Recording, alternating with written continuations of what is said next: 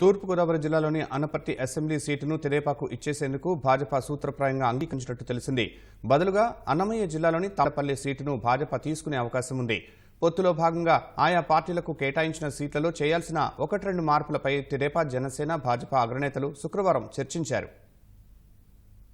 ఉండవల్లిలోని తెదేపా అధినేత చంద్రబాబు నివాసంలో సుమారు 2 గంటల పాటు జరిగిన భేటీలో జనసేన అధ్యక్షుడు పవన్ కళ్యాణ్, భాజపా రాష్ట్ర అధ్యక్షురాలు పురంధేశ్వరి, ఆ పార్టీ జాతీయ ప్రధాన కార్యదర్శి అరుణ్ సింగ్, సిద్ధార్థనాథ్ సింగ్ పాల్గొన్నారు. రాష్ట్రంలోని అన్ని లోక్సభ, అసెంబ్లీ స్థానాలకు 3 పార్టీలు ఇప్పటికే అభ్యర్థుల్ని ప్రకటించేశాయి. వాటిలో కొన్ని మార్పులపై ఈ సమావేశంలో చర్చించినట్లు విశ్వసనీయ సమాచారం ప్రకారం తెలిసింది. అనపర్తి సీటు మార్పుతో పాటు ఎంపీ రఘురామకృష్ణరాజును ఎక్కడి నుంచి పోటీ చేయించారన్న అంశంపైన చర్చ జరిగింది. అనపర్తి నియోజకవర్గానికి తెదేపా మొదటి జాబితాలో మాజీ ఎమ్మెల్యే నల్లమిల్లి రామకృష్ణారెడ్డిని అభ్యర్థిగా ప్రకటించింది. తరువాత పొత్తులో భాగంగా ఆ సీటు భాజపాకు వెళ్లింది. కానీ రామకృష్ణారెడ్డినే కొనసాగించాలని స్థానిక తెదేపా శ్రేణులు గట్టిగా డిమాండ్ చేస్తున్న నేపథ్యంలో తెదేపా విజ్ఞప్తి మేరకు అనపర్తి సీటు వదులుకునేందుకు భాజపా సిద్ధమైంది. దాని బదులుగా ఉంగుటూరు అసెంబ్లీ స్థానం తమకు కేటాయించాలని ఆ పార్టీ నాయకులు కోరారు. కానీ ఉంగుటూరు సీటును ఇప్పటికే జనసేనకు కేటాయించినందున భాజపాకు ఇవ్వలేమని చంద్రబాబు స్పష్టం చేశారు. అనపర్తికి బదులు తంబళ్లపల్లె తీసుకోవాలని ప్రతిపాదగా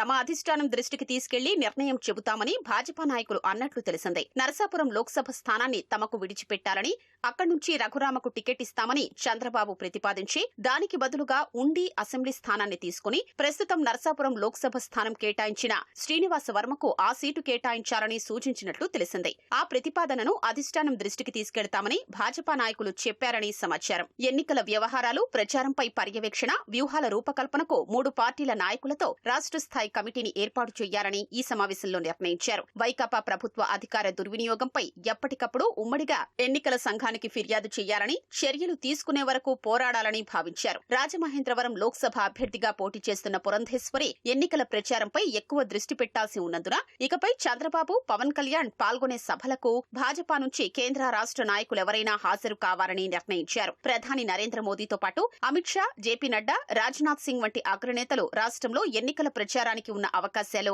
ప్రణాళికపై చర్చ జరిగింది. 3 పార్టీల పొత్తును ప్రజలు స్వాగతించారని, వైకాపా తప్పుడు ప్రచారాల్ని వారు నమ్మడం లేదని నేతలు అభిప్రాయపడ్డారు. 25 లోక్సభ, 160 అసెంబ్లీ స్థానాల్లో గెలవడమే లక్ష్యంగా ప్రచారం, ప్రణాళికతో వెళ్లాలని 3 పార్టీల నేతలు నిర్ణయించారు. కూటమి పార్టీల మధ్య మెరుగైన సమన్వయం కోసం బూత్, అసెంబ్లీ, లోక్సభ నియోజకవర్గ స్థాయిలో ప్రత్యేక సమావేశాలు నిర్వహించాలనే నిర్ణయానికొచ్చారు.